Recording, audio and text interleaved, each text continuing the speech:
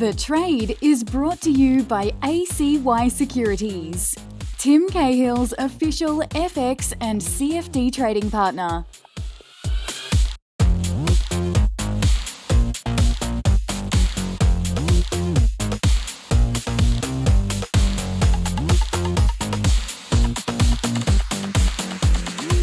Hello and welcome to The Trade. I'm Juliette Saly. Let's get you caught up on some of the international news headlines that traders are watching this afternoon.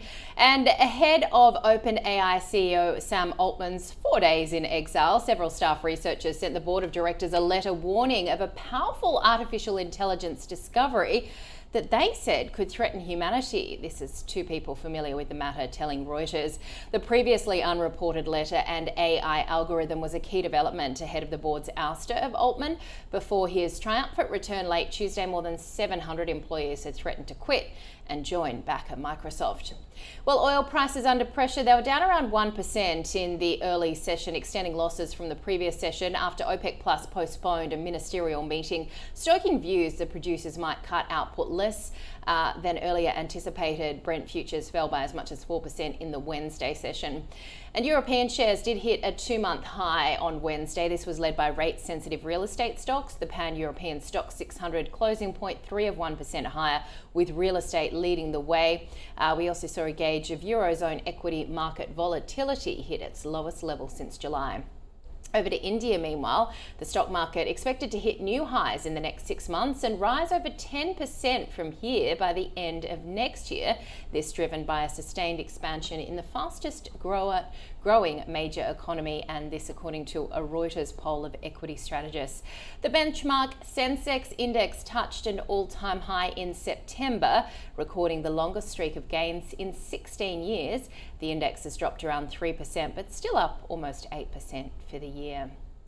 All right, for his take on all things trading, my guest has put out a note posing the question, does the Santa Claus rally really exist? Peter McGuire from XM joins us now. Always good to see you, Peter. Does it exist? Well, good afternoon, Juliette. You know, if you look at a window of time, and that's what it all comes down to, what's your data set? And if we've got a data set, we at XM, we look back to 1991. So there's a 32-year window.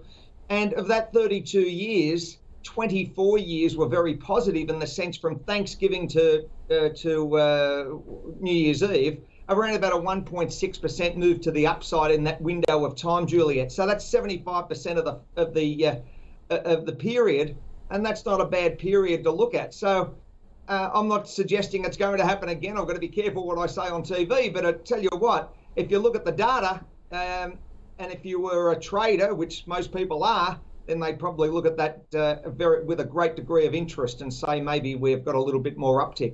Yeah, indeed. We're just showing a chart that you provided for us, giving the year-end performance after Thanksgiving over the past 3 decades. So the average performance there in terms of a positive return is the euro, the dollar, and the S&P 500. Yes, exactly right. I mean, when you're looking at that euro dollar, you're seeing that at around about 66% of the time that there's an average decent return of around about 1.2%. And so if you couple that as far as a currency trade and you look at naturally S&P, then that might keep you fairly busy, and it might be a nice 5 or 6 weeks of solid trading. All right, what happens in pre-election years? Because of course we're looking ahead to 2024, and in terms of what we could potentially see in another very volatile electioneering season. Yeah, well, this is the issue, isn't it? You know, you're less than 12 months away from that drop, and it's going to be fascinating how all that plays, because you've got so many different variables that go into that, and you can run that a lot longer in the sense, you know, back the best part of 150 years if you wanted to look at the data sets. And we're a little bit of a jury out at the moment in the sense of whether you're going to see a continual uplift. We're conscious as far as the performance over the last year, and you've also got to look at the sense where an average gain is around about 4.3%. But we've just got to see whether this is going to be the same the next election year. There's a lot of moving parts in the US election year, I think, ahead of us. Indeed, not least, of course, the potential return of one former president. In terms of Thanksgiving, though, going back to that, it's really interesting because today is November 23. Of course, that's a Friday. But in terms of what's happening in the US, I mean, you point out a few years when we've seen Thanksgiving on November 23, and the last time it happened was 2017. I was actually in the US then, and I got an iPhone memory about having Thanksgiving dinner in North Carolina that year. Tell us about the impact of this specific date on markets. Well, this is where it gets interesting. So again, you found 4 instances in that window of time, 91, 02, you're looking at 06 and 17. So this is the issue, the smaller sample to play, but we have 2 assets, gold and US dollar versus yen, rallying in these 4 periods. So gold has seen, Juliette, gaining 1.3% on average, while the US dollar yen tends to climb about 2.4%. So isn't that fascinating? I mean, when you think about it, they're big moves over that period of time, 5 or 5.5 weeks. Yeah, 5.5 weeks indeed. All right, so we're looking as well at some of the solid earnings seasons. You say, though, with some asterisks in play here, but it certainly has boosted a lot of these major indices. What are the charts telling us? Well, you got the S&P running at around about, and this is where you need to be conscious of it, around about 18.7 times earnings, 75. And when we're looking at that and you see that chart, you could see a continual surprise to the upside. We've just got to see how that all rolls. But you're also got to take on board revenue growth is currently standing at around about 1.4% year on year, inflation running at about 3.5%. So in real terms, Juliette, it's really the revenue's been negative due to, I think, shrinking consumers due to, sales starting to feel the heat of high interest rates. Indeed. But then you look at the valuations as well and whether or not they might be overstretched. What do you think? Well, I tell you, nearly 19 times they are. You've got free money running at around about 5% from, money on the go and put it in the bank. So there's a temptation there, certainly. I tell you what, maybe there's a little bit more upside. Maybe we're going to hit 20 times. We've just got to see how that all factors in. But you've come from a very low rate as far as interest rates to where we are now. And I think that you could see a little bit of headwind ahead of you. All right, let's look into some of the other technicals, and particularly when it comes to currencies. We talked about the euro dollar earlier, but the pound there unlocking that new 2-month peak. Where does the upside rally look here when you're looking at the charts and I guess the moving averages? Well, when you think about that, as far as pound's concerned, you've seen a nice little rally to the upside. It's running the best part of that 1.25. I think it's probably got around about a 1.27 ahead of it. It's gaining a little bit of momentum, and that US dollar could see a little bit further push to the downside. So the pound has been a very interesting trade over the last week and a half to 2 weeks, Juliette. It's been absolutely fantastic to trade. Yeah, indeed, and the autumn statement as well from the BOE, I guess, giving a bit of impetus. What about when you look at sterling versus the euro? Well, they're the interesting ones, aren't they? I mean, you look at the euro, you see what's going on there, and you look at the pound. The beauty about trading is you can trade either side, so you can be short or you can be long, and I think that the surprises won't dissipate at any time soon, because I'm looking at the pound and it's been very, very nicely bid up. The euro's still sitting at that 1.09 against the dollar, so I think that the pound may be quite attractive again over the next couple of days. Yes, indeed. Okay, now let's talk about one of the trades that is on everybody's radar at the moment. We like these alliterations of gold glistening and the like, but we did see gold enter that $2,000 territory, then pull back again. What's Peter McGuire's view as to whether or not it can push through, say, 2010 and go higher, or whether it really seems to be at that resistance of 2000?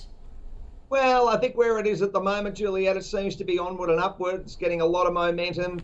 You're sitting there at the moment. I just looked at the screens about 2015. I think there's momentum to the upside. I don't know what that number's going to be by year end, but I feel as though it probably will be stronger than where it is at the moment. And that's on the back of, many different factors that go into play. And I think 24 could be a dynamic year for gold, both physically and in paper trading. All right, and you're looking at some currencies benefiting off the back of that. I know that our South African producer will be interested to hear your thoughts on dollar rand. Yeah, dollar rand, I think I wouldn't be surprised to see the rand get a kick up as well. Have a look at the Swiss franc also. So there's plenty of opportunity again for all the cross rates because, that's the beauty of trading currencies. There's the best part of 50 or 60 cross rates that you can enter and be short and long across different time frames. So yeah, there's plenty of attraction for the currency traders out there. And just a final quick question on whether or not a correction is warranted or coming for the Kiwi.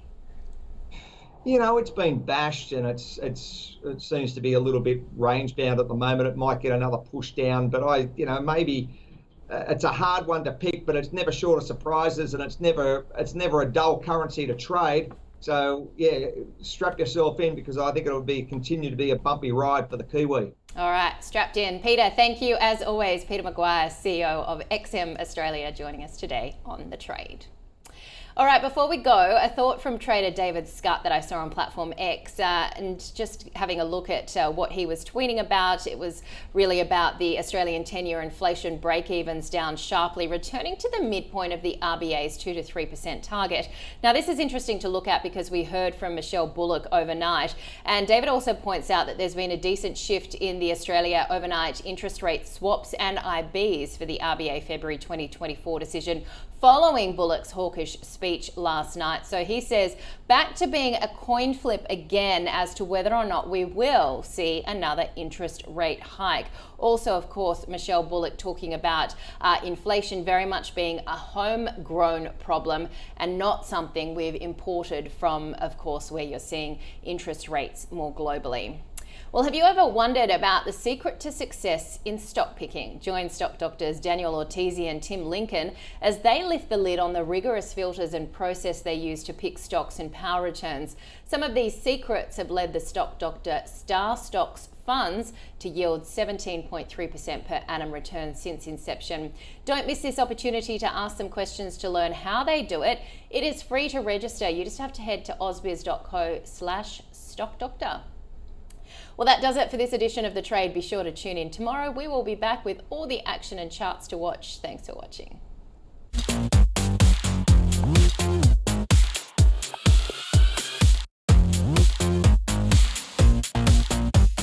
The Trade is brought to you by ACY Securities, Tim Cahill's official FX and CFD trading partner.